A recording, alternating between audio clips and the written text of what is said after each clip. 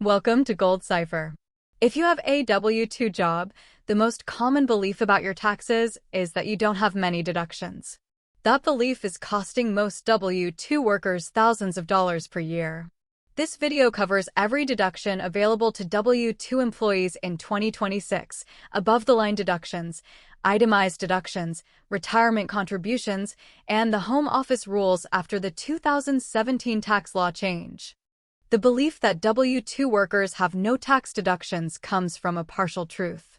The 2017 Tax Cuts and Jobs Act eliminated the miscellaneous itemized deduction that previously allowed W-2 employees to deduct unreimbursed work expenses. That was a real loss. But it didn't eliminate all W-2 deductions, and the standard deduction almost doubling in 2017 means most people weren't itemizing those expenses anyway. What remains is substantial. There are above-the-line deductions that reduce your adjusted gross income before you even choose between standard and itemized. These are available to every W-2 filer regardless of which path they take. Then there are itemized deductions, mortgage interest, state and local taxes, charitable donations, and medical expenses, which collectively exceed the standard deduction for a meaningful portion of filers. And there are retirement contribution deductions, traditional IRA, HSA contributions made outside payroll, and for those with any self-employment income, significantly more. The myth that W-2 workers have no deductions is simply not accurate. The question is whether you know what's available to you and whether you're claiming it. Above-the-line deductions are the most powerful category for W-2 workers because they reduce your adjusted gross income regardless of whether you itemize or take the standard deduction. You get them either way. 6 to know. First, traditional IRA contributions. Up to $7,000 in 2026, or $8,000 if you're 50 or older. Fully deductible if you're not covered by a workplace retirement plan. If you have a 401k at work, the deduction phases out above $77,000 for single filers and $123,000 for married filers in 2026. Second, student loan interest. Up to $2,500 per year. No itemizing required. Phase-out begins at $75,000 single, $155,000 married. Third, health insurance premiums for the self-employed portion. If you have any 1099 income, the health premiums attributable to that income are deductible above the line. Fourth, HSA contributions made outside of payroll. If you contribute to your HSA directly rather than through payroll deductions, those contributions are deductible above the line. Fifth, educator expenses. 12 teachers can deduct up to $300 for classroom supplies without itemizing. Sixth, moving expenses are deductible for active duty military. These deductions are available now. Many W-2 filers who qualify for IRA or student loan deductions are simply not claiming them. The home office deduction changed significantly in 2017. Under the Tax Cuts and Jobs Act, W-2 employees can no longer deduct home office expenses on their federal return, even if they work from home full-time for an employer. There are two important exceptions. First, some states, California, New York, Pennsylvania, and others, did not conform to the TCJA change and still allow home office deductions on state returns.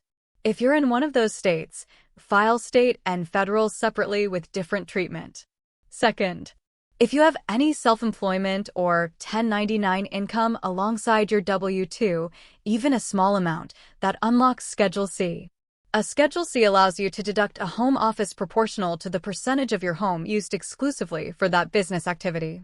The simplified method gives $5 per square foot up to 300 square feet for a maximum of $1,500 per year. Itemized deductions replace the standard deduction. You choose whichever is larger.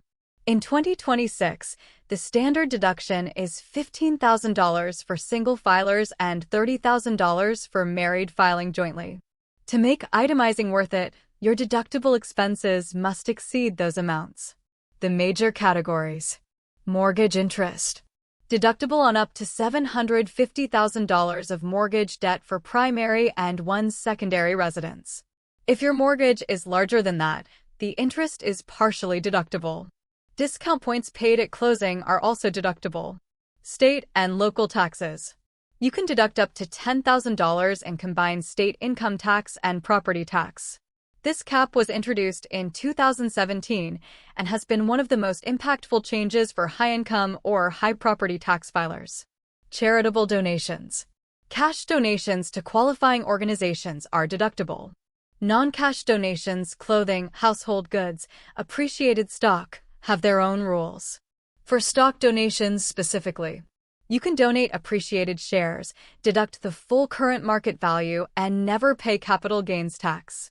Medical expenses. Deductible only above 7.5% of your adjusted gross income. In a year with significant medical costs, the comparison to the standard deduction may tip toward itemizing. Casualty and theft losses. Only federally declared disaster areas qualify after TCJA. Investment interest expense. This includes interest paid on money borrowed to invest. Run all calculations before choosing.